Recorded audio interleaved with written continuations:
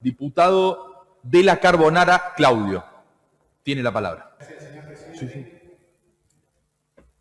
En primer lugar, recordar que desde que se decretó el aislamiento social y preventivo, inclusive unos días antes, tuvimos reunión de jefe de bloque, solicitamos a las autoridades de la Cámara la urgente convocatoria a sesiones legislativas, obviamente aplicando todas las medidas sanitarias necesarias. Decíamos que hay millones de trabajadores que están yendo a sus lugares de trabajo, inclusive lo hacen muchos de ellos poniendo en riesgo su vida por las condiciones en las que las empresas nos hacen trabajar sin los mecanismos de seguridad sanitaria que corresponden. Yo mismo, trabajando en el subte, las viví en carne propia. Por eso decíamos que nosotros, con la obligación que tenemos, teníamos que sesionar. Lamentablemente, la puesta en marcha de la legislatura, 55 días después de eso, tiene el objetivo de refrendar el gobierno por decreto del Ejecutivo y de legitimar un nuevo endeudamiento que se suma a la odiosa deuda generada por el gobierno de Scioli y por el gobierno de Vidal. Este gobierno que se pasó denunciando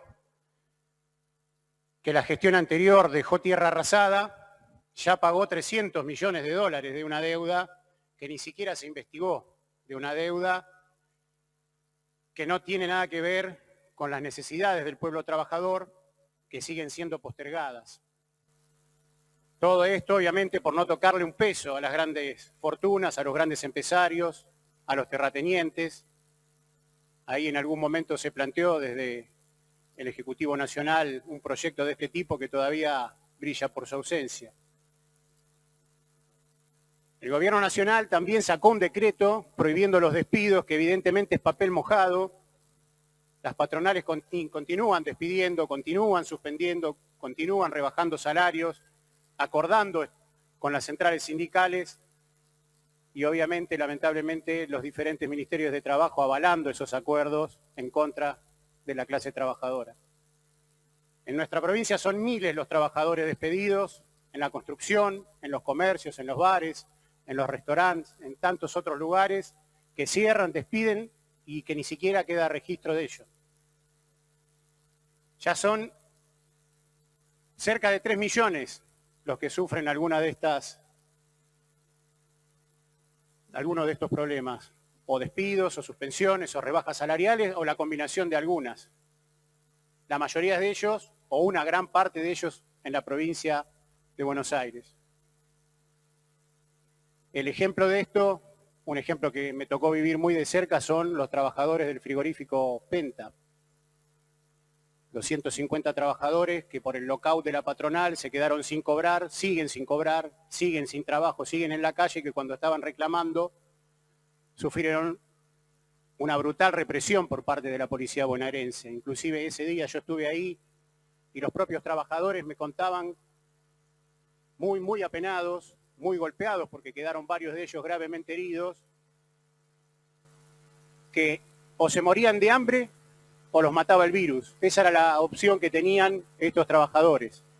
O los trabajadores de la planta Mondelez, la ex Extani, ahí en Victoria, que no dejó de producir nunca, utilizando esta definición de esencial de las alimenticias, se sobreestoqueó y ahora suspende e intenta despedir a trabajadores, lamentablemente con el aval también de su sindicato, el sindicato de Daer, y avalado por el Ministerio de Trabajo.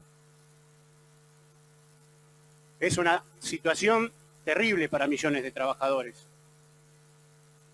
Nos parece que estos ejemplos ponen de manifiesto la verdadera necesidad que tienen los trabajadores hoy en la provincia de Buenos Aires y en todo el país. Esto sin mencionar, obviamente, a la juventud precarizada, que hoy viene de protagonizar una protesta a nivel nacional reclamando condiciones de trabajo que no le brindan las aplicaciones, sus empresas.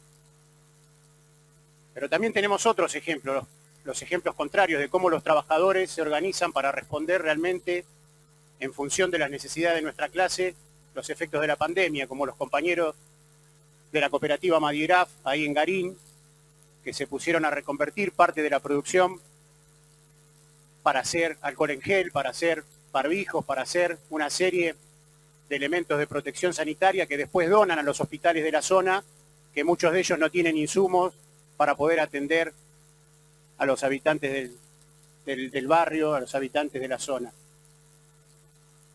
Y si queremos hablar de los esenciales, tenemos que hablar de los trabajadores de la salud, que están, eso sí, en la primera línea del combate contra la pandemia, en las peores condiciones, muchas veces sin ningún tipo de protección sanitaria, y en la provincia solamente superan el 20% de los contagiados por el coronavirus.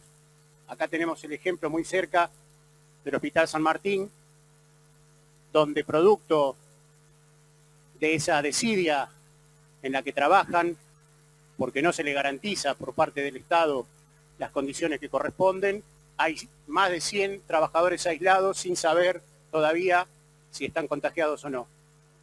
Esos son los principales problemas que acá se tienen que discutir.